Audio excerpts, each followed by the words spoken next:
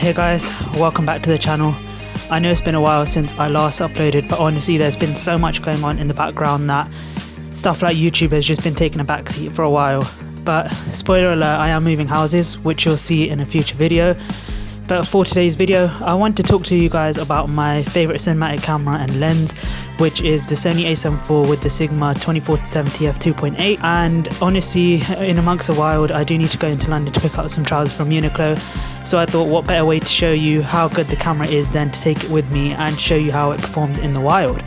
So without further ado, let's get going. But before that though, it is my first time using the new DJI Mic 2. Let me know what you guys think of the audio down below, but without talking too much now, let's actually get going.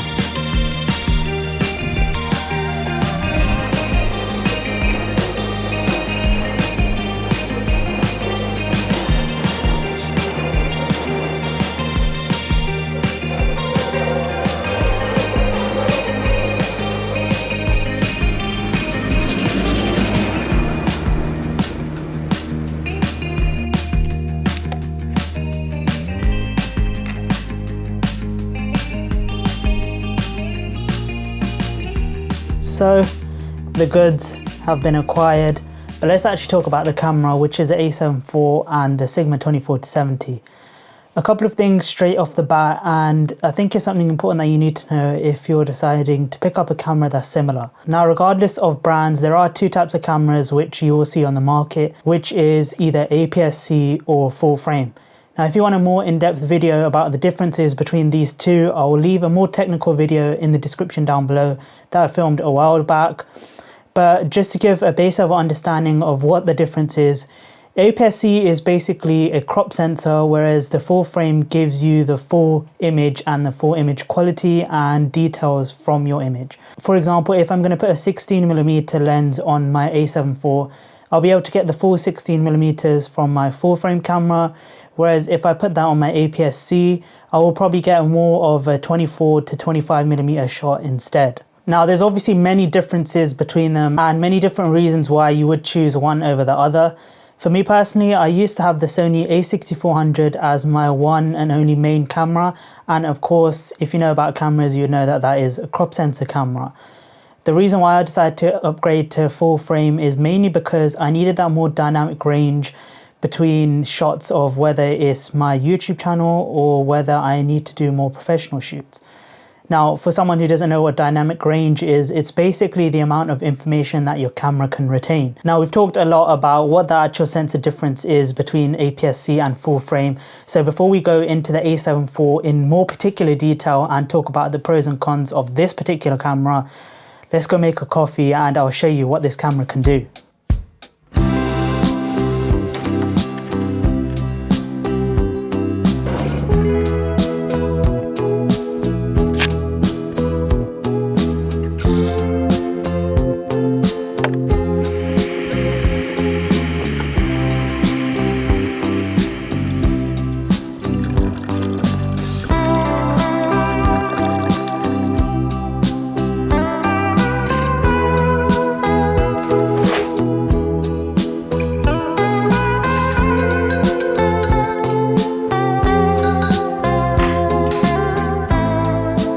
We've got our coffee, let's go back upstairs and we'll start by talking about the pros of why I love this camera, and specifically with the Sigma 24-70 f2.8. Let's go.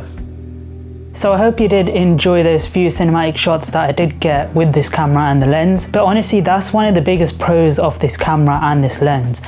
The sensor quality is just so good that no matter what situation you put this camera in, you're going to get pinpoint accurate and pinpoint sharp images and videos no matter what. Now obviously you will need some basic understanding of how cameras work, such as your ISO, your aperture and your shutter speed, but as long as you know that, no matter what situation you put this camera in, you're pretty much guaranteed very good results.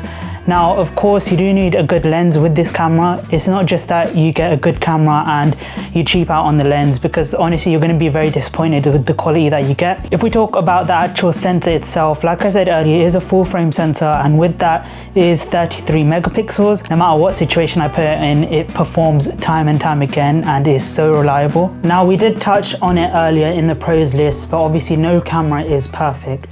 Now for me, the biggest and probably a reason why a lot of people wouldn't go for this camera is because in video you are limited to 4K 60 frames per second. When you do want to go up to that 120 FPS, you will have to dial it back to 1080p, which honestly for 2024 is just not enough for especially client work and videos where you're doing wedding stuff or things like that. Honestly, I think in general, especially now in 2024, 4K should be pretty much the basis of what every camera should offer as a minimum. Now you might be wondering, in what situation would you need that 120 FPS?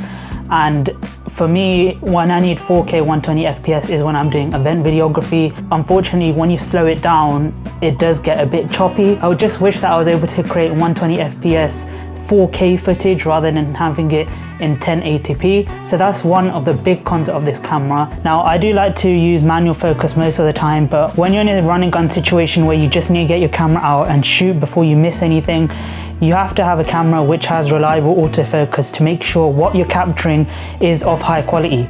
So for me, the autofocus on this camera is up there with the best. Even some of the ones on the more budget side, the autofocus has always been bang on for me. And with this one, it's just no exception. So what I love the most about it is that when I move around like this in my viewfinder, I do have a little box around my eye, so it's tracking me and tracking my movements no matter which way I go. So this is real time, I'm not doing anything.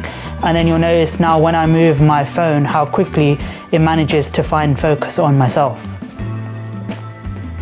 So there you go, literally the matter of seconds. And sometimes when you're in a situation where you need to capture something quick, those seconds can really make a big difference. So honestly, the autofocus on even the budget Sony cameras are just so good that it's probably a reason why I wouldn't even move to Canon or other company cameras. So you can see that both cons are basically the same thing but just in different styles, if that makes sense. I love everything about this camera, and honestly it is enough for me in most situations. But these two issues with the 120 FPS and 60 FPS can be a very big influencing factor as to why someone wouldn't buy it.